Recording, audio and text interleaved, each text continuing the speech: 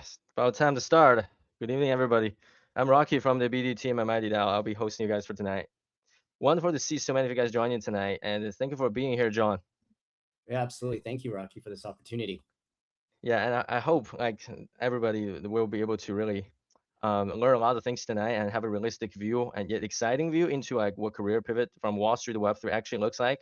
And after the interview, for everyone who's listening to this podcast, I would love for everybody to hear what really like reckons with you and drop your thoughts on X or keep your conversation going. And before I bring our guest John, I want to say a quick word about Mighty DAO.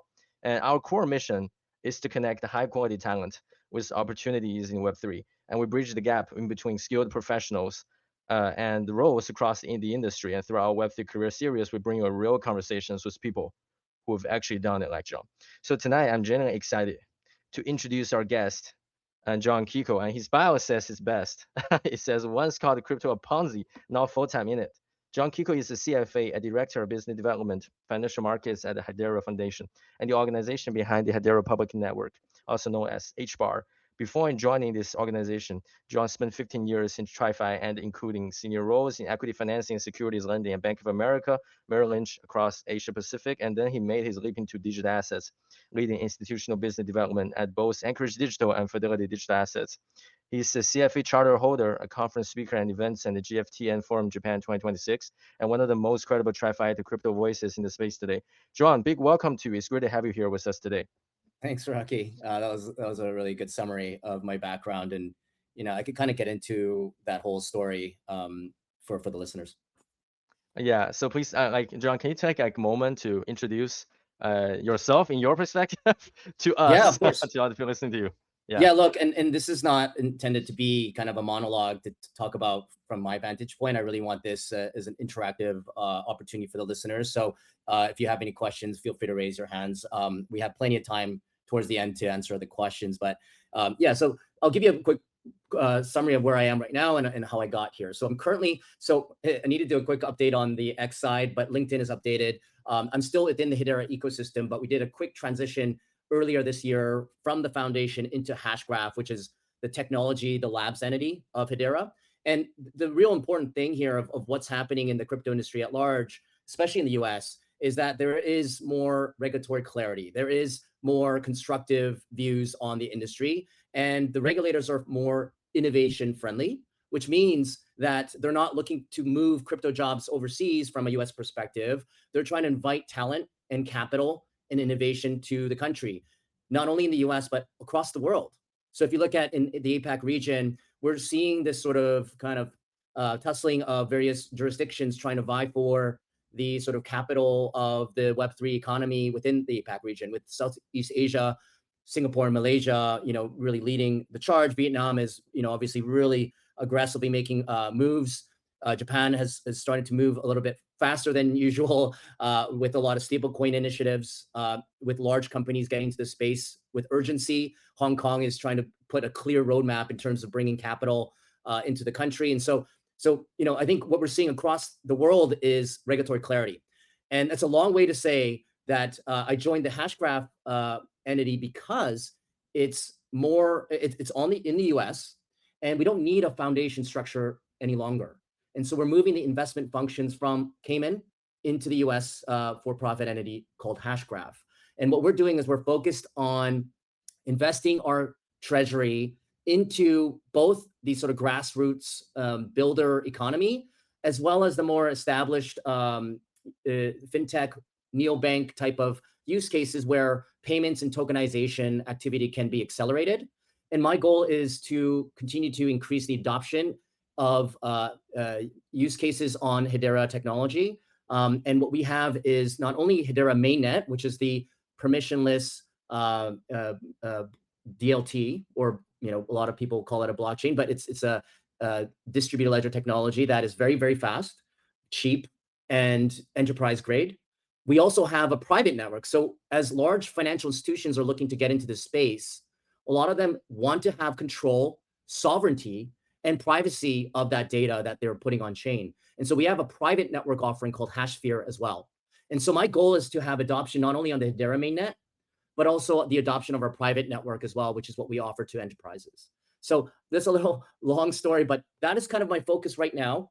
I'm based in New York City, and I travel, to where a lot of the events and a lot of decision makers are. The focus is on stablecoin tokenization use cases, and I could get into what that means. And the reason why I got into this space in 2022 is I had the conviction, especially during the 2020 uh, pandemic era, when we had plenty of time. I went down the rabbit hole really hard down the Web3 sort of space. And the other side, I came out with the conclusion that financial institutions will be adopting this technology, and it will be creating whole new ways to move value and create capital markets on top of this. And so with that conviction in mind, I started to kind of look across my network. And long story short, I joined Anchorage Digital as institutional sales in the custody trading side. Shortly after, I moved over to Fidelity, that has a digital assets practice on the custody and trading side. And then I joined Hedera a little over a year ago because my sort of thought was, okay, I want to be on the sort of tip of the spear of innovation, where all these sort of action is around innovation between TradFi and Web3. And I wanted to be on the protocol side. And of course, there's many blockchains that are available today. Hedera is just one of them.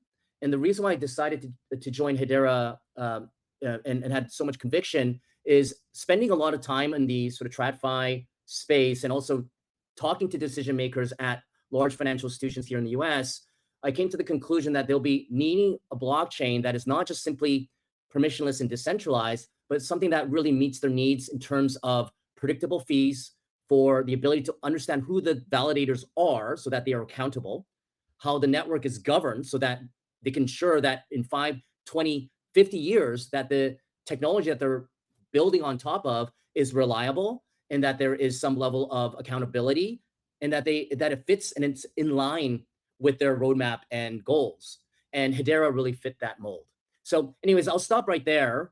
And I could kind of talk about that transition from TradFi into crypto and maybe provide the listeners some advice if they're kind of trying to embark that journey. But I'll kind of pause there to, just, give it back to you, Rocky. Oh, that's great, John. Yeah, you know what? You got a CFA. I'm actually trying to take my CFA level 1 right now. You can definitely give me a tons of advice in this atmosphere. Yeah, But yeah, you John got to has stop amazing socializing background. for a little few months. That's basically it. Yeah, a lot of talks, a lot of exams, a lot of HP12C or different calculators. Yeah. Well, it was great to listen to John just to like tell us like how he jumped it here and there, and every step that he did, it was something really like a little bit predictable but unpredictable at the same time. It was aligned with where this world is going, right? It's not just John's personal fate; it's also this world's destiny going DeFi. That's how I feel. Yeah, but yeah, I like to hear your monologue a lot of time. To be honest, John, you say you don't want to do that, but I kind of like it. Yeah. And so getting into the questions today for you, John. So you were in the TradFi for many years. You were in the traditional atmosphere for so many years that you were in Lehman Brothers even for a few years, and Yeah. like we all know that company triggered the financial crisis in 2008 and was Yeah. basically a big milestone for the U.S. and the global financial history. I want to know, like, what was the moment that you knew maybe something was fundamentally like broken, not just in the market, but just about maybe your personal careers or just like what you learned when you were Yeah, there? yeah, absolutely. So if you look at the traditional finance industry globally, it's built on 1970 technology. And since then, they've been band-aiding and putting fragmented platforms on top of each other to keep up with the innovation. And the reason for that is because a lot of that private data and a lot of the systems that they've been running since that time is legacy built in the systems that cannot be moved easily. And so if you look at the spaghetti map of all the different platforms and technologies that they're running, especially when they have complex different businesses across equities, fixed income, FX, investment banking, wealth management, private banking, commercial banking, et cetera, you have over hundreds of systems that barely talk to each other today. And so when you think about blockchain, it's just one uniform stack that's programmable, that can do all of these systems in one unified platform, that can be scalable, and that can be trusted, and that creates transparency. And by programmatically doing the workflows that are currently done by humans or Excel macros, you can actually streamline those processes in driving increased margins for these businesses and still be a lot more accurate than the issues that we see in banking. There's a lot of fat fingering is what we call in the industry, is that there is a human actor that pressed the wrong button or added an extra zero. And even though they have all these layers and layers of risk tools to prevent from any problems to happen, it still happens. And if you look at Lehman, or if you look at Archegos, or some of these, all these events around the world that we've seen over the last decade or plus, the reason why we start to see a lot of the cracks in this financial system is on the opacity or the lack of transparency of where the risk lies. So on the counterparty risk, on how much margin and leverage there is in the system, what is the short interest risk out there? A lot of this stuff is what we're trying to do since the GFC, the global financial crisis, is put in regulation and central clearing and netting to ensure that there is some levels of transparency, so that there is never again a moment of the industry collapsing, right? But enter this technology. This has been since Bitcoin, 2007, 8. Since then, we have Ethereum, programmable blockchains, and then all these sort of next generation blockchains, which Hedera was one of them. They are proven now over 9 years. So Hedera has been proven over 9 years that it can run enterprise grade throughput. So which means tens of thousands of transactions per second that can easily, we have a very clear line to get much, much higher, that is quantum resistant or quantum ready. We have the ability for you to do this very cheaply so that enterprises can adopt this technology and run programs without driving gas fees. You could do it in a way that there's trust and governance. And we've proven that over the last 8, 9 years. And so the technology is ready. The regulation is now clarifying. And what we're seeing right now from the financial institutions is there's a certain level of urgency to adopt this. And I'll tell you why. Because when you look at the Coinbase of the world, the Cracks, the Binance, the OKXs, all these large crypto exchanges. Also, if you look at the fintechs, like the Robinhoods, the Revoluts, and there's a lot of equivalent in Asia, they're all starting to look and feel like banks and broker-dealers, because it's simply about distribution. They've proven out their technology forward, and they're fast to innovate. They have the same licenses, broker-dealer license. They have the ability to provide lending services.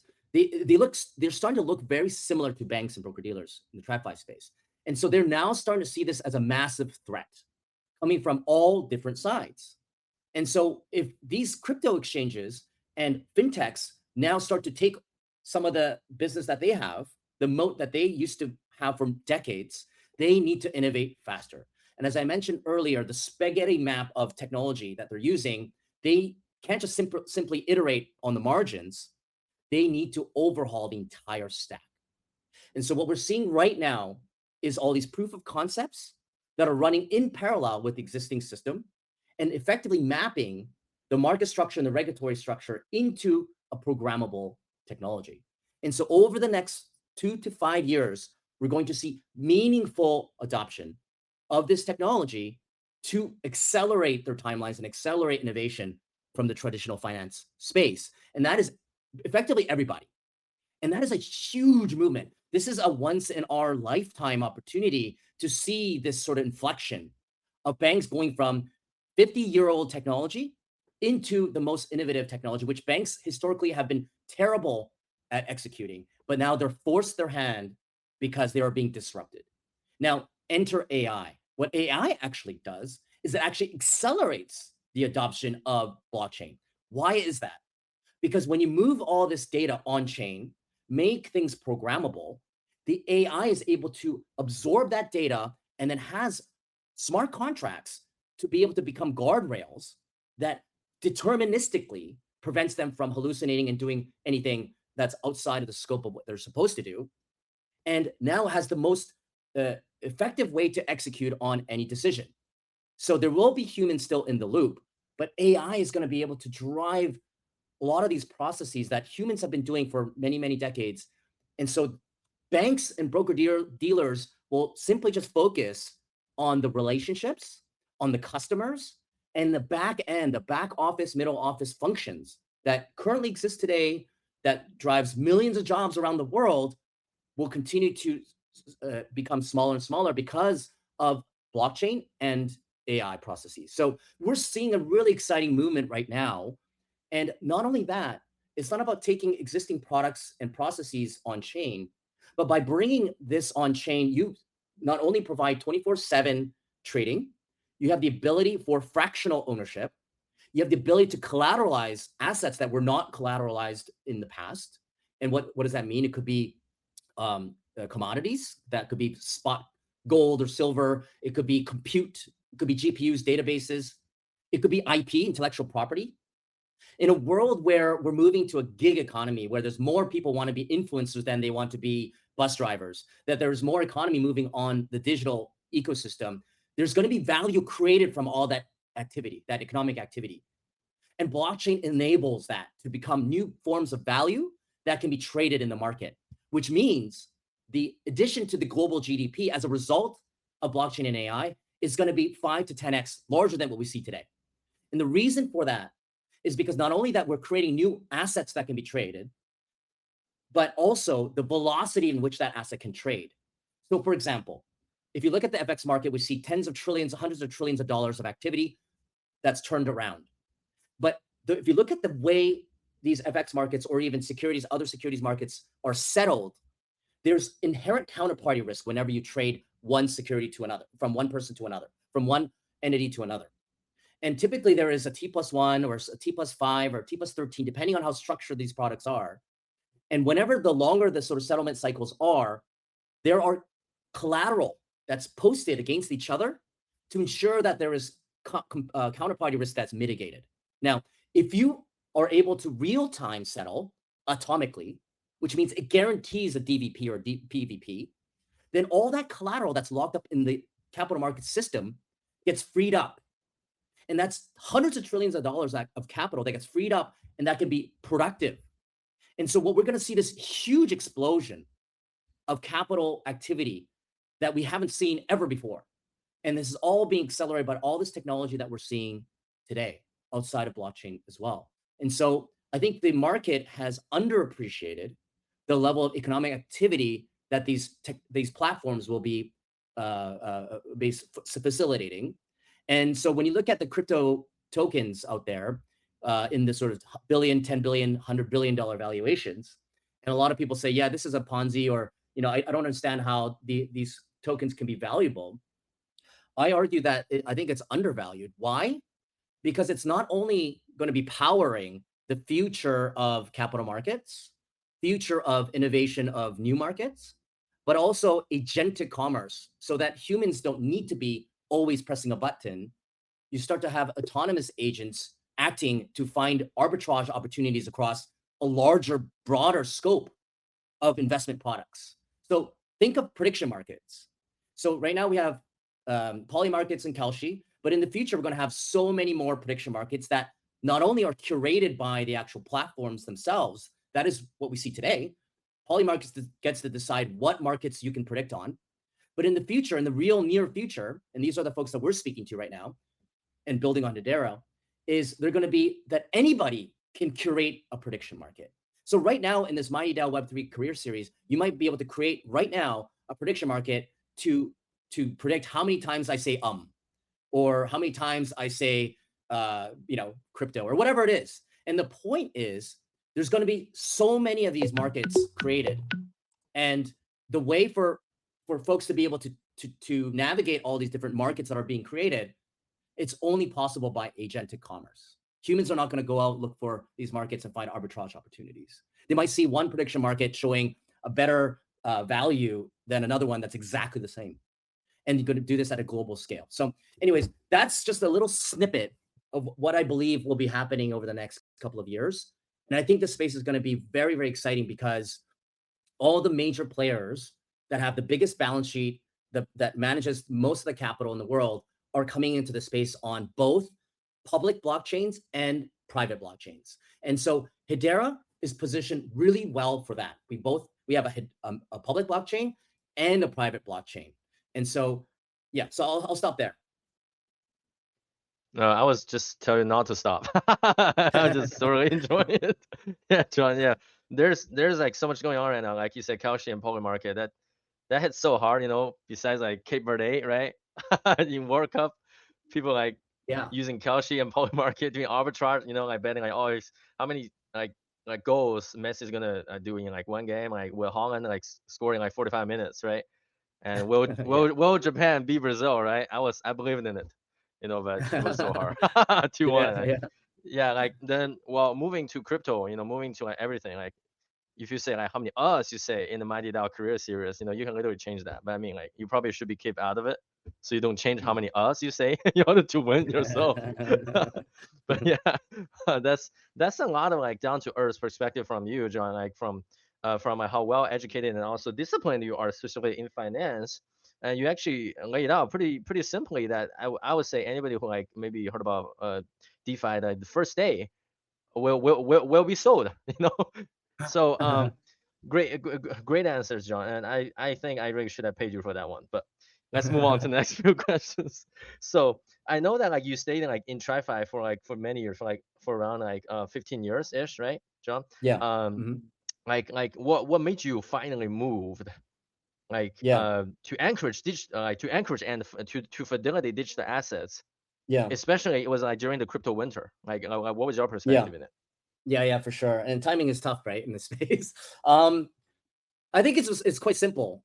Uh, I think the traditional markets, there's a combination of things, but just to kind of put in more constructive terms, um, I felt that, look, you have one career, or sorry, one opportunity to build a career over your lifetime, and I want to do something that was interesting. I wanted to be doing something that's impacting the sort of economy, and that you could look back and say, I'm glad that I made that decision to do this. I think traditional finance is great to have, it's good for a reputation to get people finding you credible.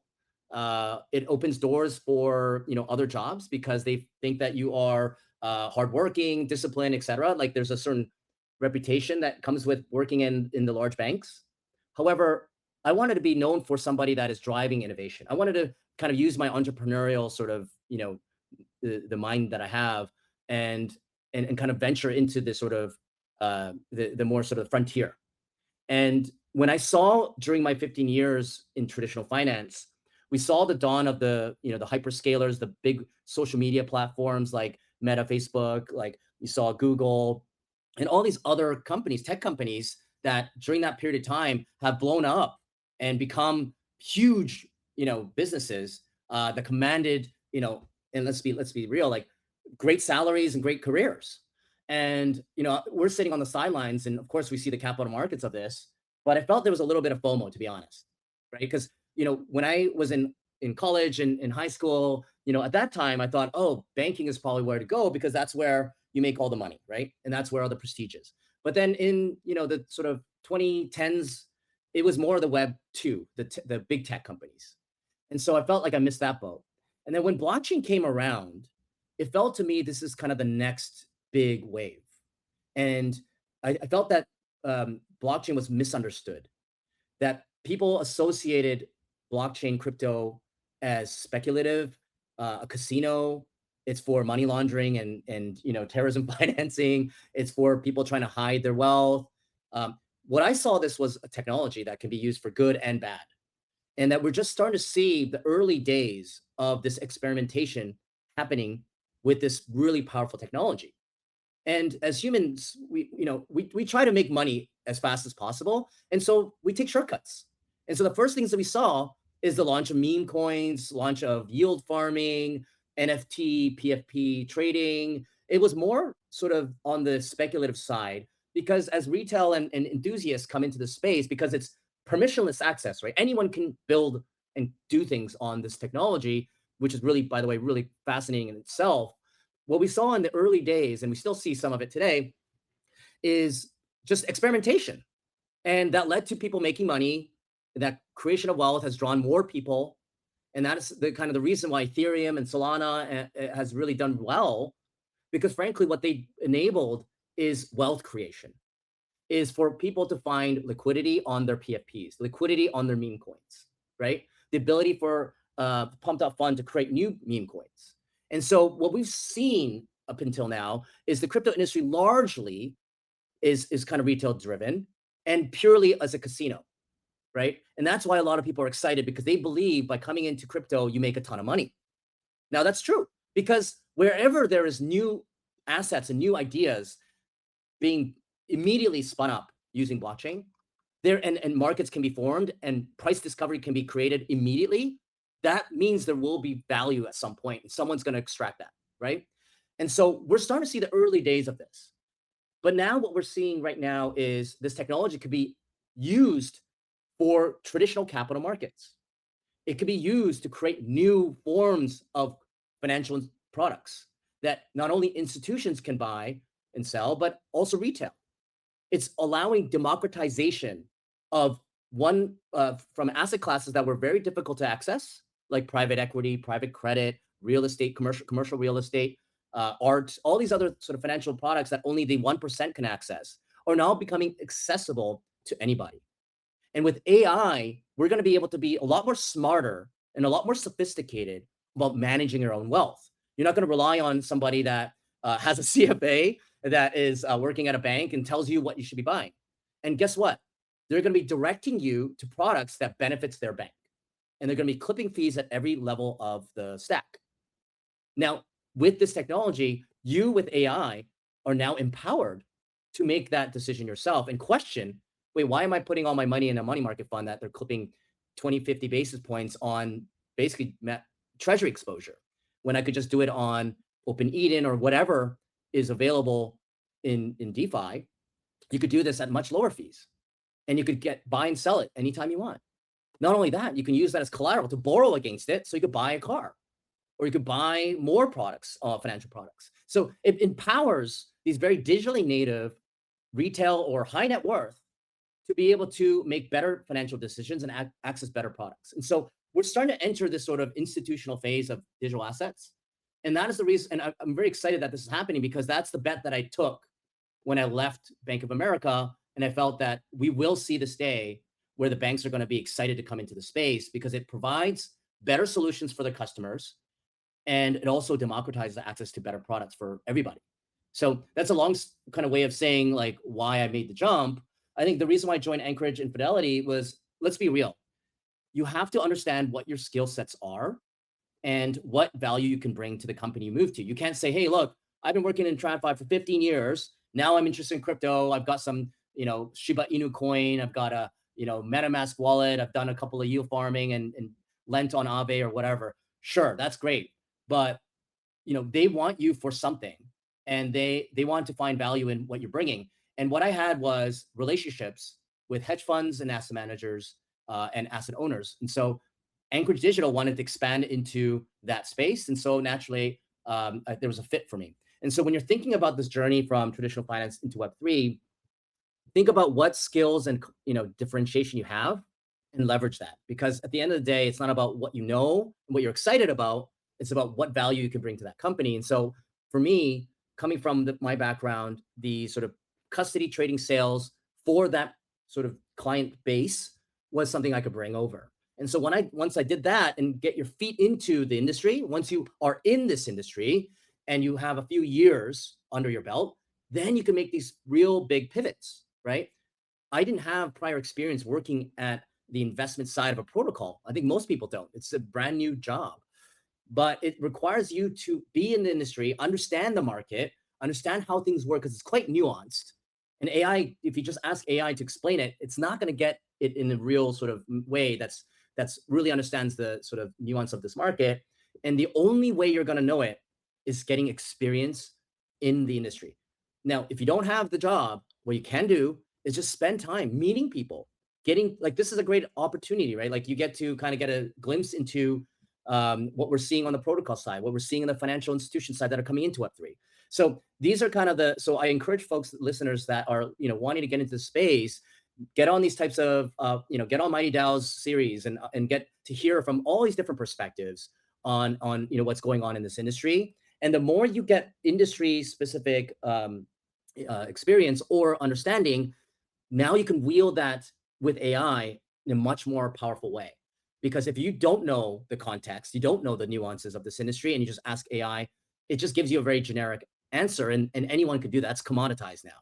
And so what we're going to be needing is people with industry specific knowledge that can wield AI so that you can do your job much faster.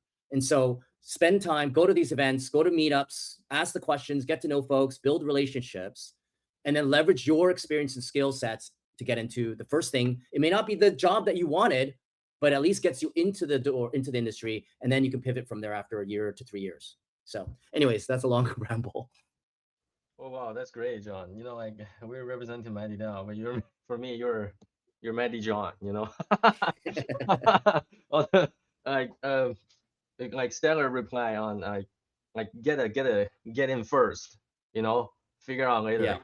Like Yes. you're not basically like saying that hey like back in college it always scares me that like a few people that wants to get into management consulting they'll be like oh I'm not gonna work for like Roland Berger or like any other like firms I only work for BCG or I only shoot for McKinsey you know and then like all people wants to get into bulge brackets they're like oh, only Morgan Stanley I wouldn't even like to like go to consider any like investment bank that I don't know of but it's like it's not the right mindset right like it's the correct mindset is to really love the work to get our hands on it first you know, right? Like to Yeah. get involved.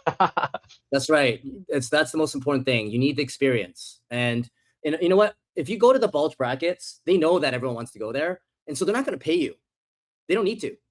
And so the smaller firms actually are excited to bring on a much broader set of folks coming from a broader set of backgrounds, give them the opportunity. And if you do well, they actually will pay you.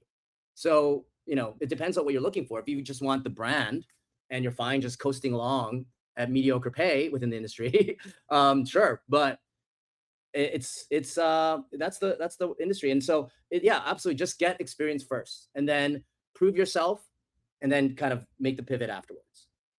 Yeah, that's great. I mean, like speaking of experience, someone who worked for Merrill Lynch and also for Morgan Stanley, you know, um, you do know there's a difference in different types of like firms too. But you're not saying which one's better than the other. But I definitely can see that you're making the point that like hey like get your hands dirty first, know how it works, you know, fail fast, learn fast, be a part of it. And that's great. You know, like it scares me when people only say I will only want to work for J.P. Morgan or Morgan Stanley or Bank of Yeah. America. Otherwise, I wouldn't even end my Yeah. college kind of stuff. You know. Well, I mean, if you look at the individual inside these organizations, what sets that person apart from other people is one, the relationships you have, right, that can bring in business. Two is the drive and just proactiveness, the teamworkness, like to work in a team oriented environment really well, to speak well. You need to get your voice heard, right? And be able to really kind of command your own career. Like you have to take ownership of your career. If for those folks that can do that, they can move up, the organization and get paid. But it's not about just working a job and knowing financial markets or able to code really well. All those things are becoming very commoditized, and it becomes the more human, personal side that becomes really important. And I think that applies to, most industries nowadays, especially white collar, is that it's not about the actual domain experience or domain knowledge that you might have. It's actually more about the human side, the ability to communicate well, to work well with others, and the relationships that you have that are unique to you. And so if you have those things, you can go anywhere. And so focus on that, I think. Yeah, like you know, it's very convincing from somebody who has a CFA to tell you that not only like you want to be the Excel prisoner, you also want to be a human and walk out of the cells. Oh, 100%. 100%. Yeah, I mean, like you pounding on that Texas instrument so hard, but you still want us to be humanized. That's so convincing because you're doing such a good job, and we gotta listen. You know, like that's not a lot of white collar jobs like left right now in this current market. It's not like in the best shape right now for it just to be, you know, staying at home and just being code really well, like you said, John. Right? Like you have to really have to bring it into the human perspective, right? To really Yeah. to survive in the world right now. And for sure those are some like great advice for people who are listening today. Like you guys better take notes, you know. Next question for you, John. Well, I feel like I ran out of my questions really fast because you were able to answer four of my questions in one shot. My next question, I would say like, what's like your typical day, like in your current job right now as a like Web3 leader at Hashgraph? Like, what's your typical day look like? Yeah, there is no, I mean, actually, the reason why I like my job is because it's not predictable. So there's a couple of things that I focused on, right? So my mandate is to invest our treasury into very exciting businesses that are revenue generating, that is innovating. It's a great team that's going to do really well, right? That's one. And also investing into tokenized securities that are yielding and demonstrating utility and all that sort of stuff. That's great. Seeking out great builders and looking for new innovation and kind of pressing on them and saying, oh, great, you're tokenizing an asset, but why? Why does it need to be on chain? What is the innovation here? Who's going to buy it? And if they can't answer those questions, then you don't have a business. And so, I help them, advise them on how to make this successful. And there's a couple of tokenized securities that I have examples on that are really, changing the narrative, because it's not about representing something on chain. It's about who is the buyer and why. That is more important than actually representing an asset on chain, because that part, the representation of assets, is commoditized. Anyone can do this. And so the answer for folks to find product market fit is who is buying it and why. And so I hope a lot of folks there. Second, because this industry is still early and misunderstood, I try to do a lot of these speaking opportunities like this one right here, or that's why I travel a lot, to go to these events and have an opportunity to speak and educate folks about this industry at the macro level and down to why Hedera. What is the value that we're bringing? What's differentiating for us? And how can we help you on your journey? And so I travel all over the place to have these conversations. And then finally, it's really about building relationships with the banks, the broker dealers, the financial market infrastructure providers like DTCC or Clear and all these exchanges. And we build relationships with them because all of these banks that you may have seen on the news saying, oh, they're going on Canton, or oh, they're going on Solana, or oh, they're going on Stellar, or oh, they're going on Avalanche, or whatever, or Hedera, or whatever it is. The reality of this is they're not choosing winners. And they all want multi-chain because it's about redundancy and it's about scalability, because one chain cannot power the entire future of capital markets. As I mentioned earlier, when you think about, we're going to 3, 5, 10x the TAM, and also the 10x of velocity, the amount of turnover we're seeing in markets. Not one very fast blockchain can handle all that. And so we're building relationships so that Hedera will be utilized in a multi-chain deployment for these large institutions around the world. So it's really kind of working on multiple fronts, but it's really the one North Star, the one that is the common denominator in all of this, is how do we get more awareness, adoption, and economic activity across the Hedera ecosystem. Wow, amazing. And ultimately, as there's more awareness and adoption, then the token value will go up, right? Because what are tokens? Tokens are effectively just representations of what the global investor base perceives this to be in terms of how well it's being adopted, how well it's being recognized, and how well it's being utilized, right? And so the more I do my job, I'm hoping indirectly it translates to more people buying HBAR token. HBAR token represents to me the S&P 500 of crypto, because the types of enterprises that we're talking to spans from financial institutions to technology companies like Google, IBM, Dell, to financial institutions like Nomura and Standard Bank and all these other institutions. And we're going to have much more of these folks coming into our network. And so it represents all these diversified use cases of blockchain technology, whether it's supply chain tracking, whether it's creating capital markets on chain, whether it's managing carbon credits, whether it's tokenizing gold and creating gold-backed capital markets. It could be IP. So there's so many things. It could be fan engagement with McLaren Racing. The use cases are so broad, and we haven't even scratched the surface of all the different possibilities that we're basically working with the biggest companies around the world across a diverse set of use cases. Because although stablecoin tokenization is kind of what I'm excited about personally, there's so many different use cases that's available to be used using blockchain. And so we're kind of spanning the whole space. And so we're hoping for more HBAR investors. And once we have the Clarity Act in the US, it now paves the way for the largest institutions to provide their balance sheet and custody offering to buy and hold tokens like HBAR. And so once the Clarity Act goes through, that is a huge unlock. We're going to start to see trillions of dollars of capital that's sitting on the sidelines that only can buy Bitcoin will now be able to buy the next sort of wave of tokens. And HBAR, we believe, is positioned really well as a proxy trade to capture the sort of future of capital markets from traditional finance, and also the AI agentic economy that will be built on top of it. So anyways, that is kind of what I'm doing on a day-to-day perspective. Yeah, McLaren. I thought you were a Ferrari guy. I'm just kidding.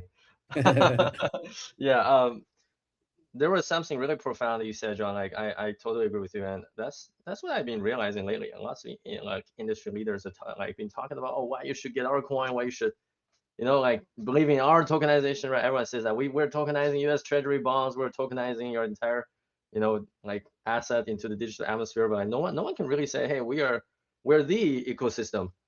Like even Ethereum, they can't just say, oh, we are the system for DeFi, and HBAR is actually way faster than Ethereum in many perspectives. It's just like some facts. I would say like there was something really in depth, but I didn't know that like you could have taken us into that level that easily, John. But thank you so much for sharing that with us. That Yeah, was really absolutely. great. And I think a lot of folks will say, well, I choose Solana because of the liquidity, or Ethereum because of liquidity. But what we're going to see is that doesn't matter anymore. And the reason why is because I'm not selling to somebody in their mother's basement pumping meme coins. I'm trying to sell really interesting products to real investors wherever they are. It could be the same person in the basement of their mother's house, or it could be an institutional asset manager representing trillions of dollars of capital. And so the future, the TAM of liquidity for these tokenized assets is just not comparable to what we're seeing in DeFi now, even at the peak of 2022. And so we have so much more opportunity from here on. And so what has worked in the early stage of crypto, Ethereum and Solana, is not necessarily going to predict who's going to be the winner in the future, because what institutions need is absolutely different from what retail needs for the blockchain of choice. And Hedera is really well positioned from a technical standpoint, from a governance standpoint, and from the compliance standpoint, is really fit for institutional adoption. We built this technology for institutions in mind in 2017. And so you can argue that the founders were a little bit early, but we stuck with it because that was what we believed and had conviction in. And now the sort of conviction is starting to bear fruit because we're starting to see this institutional sort of wave in the digital asset space. Yeah, that's so exciting. Got a Genius Act going on, and clarity, if that's passed, offers clarity. Because one of the very biggest fuss about the like Web3 atmosphere back then in the US, I think it was really regulatory issues, and we talk about tokenization, stable coins and this and that, but it wasn't even the definition legally for lots of them. So there were a lot of things going on, right? We see a lot of centralized exchange collapse and tons of things happen. But like whatever works will always work. We'll keep on working, and people like you, John, like you say, like, oh, Solana may be the winner, but that may be the winner. Who knows? Like, we can't really say that, oh, because this and that is going to be the winner in the future. But I know, John, you're going to be a winner. That's what I know. Well, thank you. Well, I mean, look, this is not financial advice, but like, it's no one's going to be able to predict who the sort of blockchain winner will be in terms of getting the most market share of the on-chain economy, right? And so, and maybe there is maybe not just 3 that wins, but it could be much broader, because the reason why I say that is because there's so many use cases for blockchain. It's not just simply taking a financial asset that we know of today and then representing it on chain and doing DeFi loops or borrow and lending loops. It's way more interesting because we're starting to create. So the prediction market is a really interesting example, right? We're starting to see normies betting on the World Cup, and they have no idea that it's on Polygon. They have no idea that it's actually using decentralized ledger technology.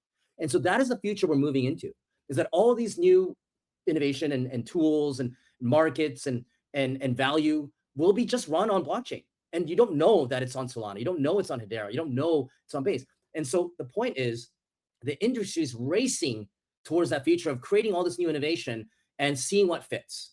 Prediction markets is a good example of what product market fit looks like. And we're going to start to see countless numbers of these types of use cases coming out. Why?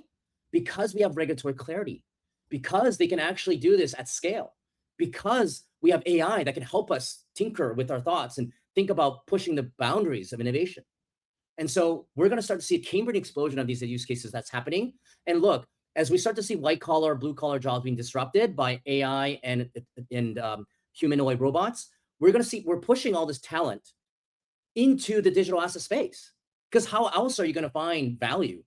How else are you going to be able to start a new job or a business right away in a world that it empowers you using this technology with AI and digital information and access a global market. If you think about it, you could start a business today and you have the opportunity to sell into the entire global market. And so we're not bound by geography anymore. We're not bound by which country you're in. And so the innovation that's going to come from hundreds of thousands, millions, tens of millions of all these young folks that are now much more smarter and much more able with this technology, with all these technologies, they're able to find new ways to create value, new businesses to be formed on digital asset rails. And so all this disruption is actually a big tailwind for digital asset adoption, which means the value accrual will go to the protocols themselves, to Ethereum, to Solana, to HBAR, and that is why you're not picking a winner. It's probably best to just buy a basket, buy a handful, take the top 10 layer ones and buy and hold. And this whole tribalism that we're seeing in digital asset in crypto trading, that's going to go away. Well, I don't know. I don't think so. It's human nature that we're tribal, but I think we're going to start to see so much value being created across so many of these layer ones that it's a tide that lifts all boats. And so it's buy the dip, basically, not financial advice, but buy the dip. Yeah, buying the dip, selling at the peaks, but that's what we all say. If it happens that way, like that's great. But if not, diversify your portfolio, right? Buy a basket. That's great, John. Yeah. Thanks so much for sharing that. That's some seriously stuff I'm gonna revisit after today's interview. I'm taking notes. I don't know any of you guys yet. Okay, so let's start with our Q&A section before we wrap up today with John's final thoughts. I want to ask the audience, so when you ask the questions, I want you to keep in mind that what are something that you can learn most from our guest John today, like what can how can John's wisdom help you the most, and also keep in mind that like this is this is a career series that can help you guys to not only understand the Web3 world really well, but also to understand where you at and what can you do next to fill in the gaps in between where you're at to where you want to be. Okay, time is yours now, the audience.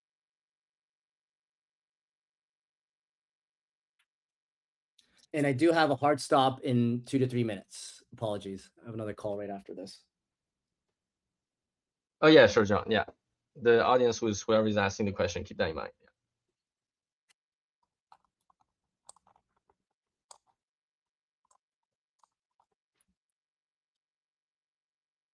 So I'm reachable. Oh yeah, go ahead, please. Hello, John. I'm Jackie.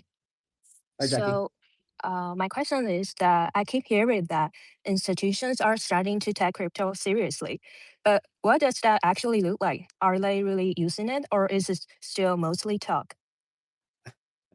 Yeah, that's a great question. Thank you. So we're seeing a lot of headlines. I'm sure you've probably seen some of those around the world of all these banks are doing, hey, we're doing this, we're doing that. A lot of it's still proof of concept because, and it's unfortunate, right? Because they've done a lot of proof of concept in 2022, maybe in 2017.